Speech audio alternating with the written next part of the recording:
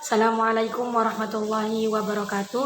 Saya Lailatul Maufiroh dan teman saya Karimatul Yusro akan mempresentasikan tentang sholat untuk menebus sholat yang ditinggalkan mayit. Untuk poin yang pertama akan dipresentasikan oleh saya. Poin yang pertama adalah bagaimana hukum mengkodok sholat bagi mayit. Kodok sholat bagi siapapun yang meninggalkan sholat, baik sengaja maupun tidak. Untuk orang yang meninggalkan sholat secara sengaja diwajibkan mengkodok sholat secepat mungkin. Bahkan ia diharuskan mengerjakan sholat kodok terlebih dahulu sebelum mengerjakan sholat wajib lainnya atau sholat sunnah misalnya ketika ada yang secara sengaja meninggalkan sholat duhur dan waktunya sudah habis, ia diwajibkan untuk mengkodoknya sebelum menunaikan sholat asar. Beda halnya dengan orang yang lupa atau ketiduran, mereka dianjurkan untuk menyegerakan dan tidak diwajibkan sebagaimana halnya yang meninggalkan sholat dengan sengaja. Kewajiban kodok ini mengukuhkan bahwa bagaimanapun dan dalam kondisi apapun sholat wajib tidak boleh ditinggalkan kecuali bagi perempuan haid. Lalu bagaimana dengan seorang yang sudah meninggal? Apakah ahli waris atau keluarganya dianjurkan untuk mengkodok sholat orang yang sudah wafat? Persoalan ini sudah dibahas dan diperdebatkan oleh para ulama sejak dulu. Nahdlatul Ulama dan Muhammadiyah memiliki fatwa yang berbeda terkait dengan kodok sholat untuk orang meninggal. Menurut fatwa Lajnah Bahsul Masail Nahdlatul Ulama, kodok sholat untuk orang yang meninggalkan itu boleh dikerjakan oleh orang lain apabila masih ada hubungan famili atau izin famili. Apabila kodok itu telah dikerjakan, maka tidak boleh dikerjakan lagi. Lain halnya dengan Majelis Tarjih Muhammadiyah dalam fatwanya, yaitu kodok sholat untuk orang yang meninggalkan tidak dibenarkan untuk dilakukan.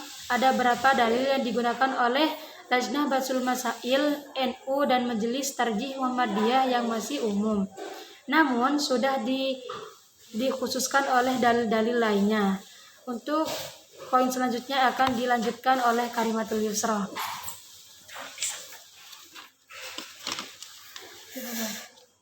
Baik, poin yang kedua yaitu tentang apa pendapat para ulama mengenai kodok sholat bagi mayit. Di sini dalam kitab Fathul Mu'in, Zainuddin Al-Maghribi mengatakan orang yang sudah meninggal dan memiliki tanggungan sholat wajib tidak diwajibkan kodok dan tidak pula bayar fidyah.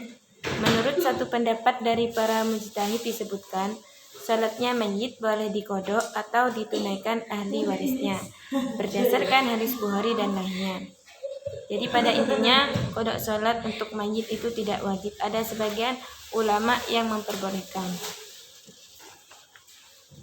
Imam Zainuddin Al-Malibari dalam kitabnya Fathul Mu'in berpendapat bahwa sholat yang telah ditinggalkan oleh orang yang wafat, maka sholat tersebut tidak bisa dikodok dan dibayarkan fidyah. Namun ada juga yang berpendapat bahwa sholatnya harus dikodok oleh orang lain, baik si mayit itu berwasiat maupun tidak.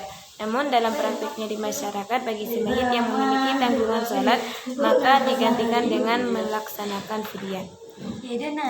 Kalau menurut Sayyid Bakri Muhammad Syato dalam kitabnya I'anatut Talibin, sini menjelaskan bahwa barang siapa wafat dan dia masih mempunyai utang sholat, maka tidak perlu dikodok dan dibayarkan fidyahnya. Sehubungan dengan perbedaan pendapat di kalangan ulama fikih, Komisi Fatwa MUI DKI Jakarta memilih pendapat ulama yang menyatakan bahwa sholat yang telah ditinggalkan sewaktu masih hidup dan dikodok atau diganti dengan membayar fidyah. Namun MUI DKI Jakarta di sini menegaskan bukan berarti orang yang masih hidup boleh meninggalkan sholat untuk digantikan dengan membayar fidyah atau berwasiat kepada keluarganya agar sesudah wafat sholat-sholat yang ditinggalkannya dikodok atau dibayar dengan fidyah. Kesimpulan dari presentasi dari kami berdua di sini, menurut fatwa Lajnah Bahsul Masail Nahdlatul Ulama, kodok sholat untuk orang yang meninggal itu boleh dikerjakan oleh orang lain apabila masih ada hubungan famili atau izin dari famili. anggota keluarga. Adapun apabila kodok itu telah dikerjakan, maka tidak boleh dikerjakan lagi.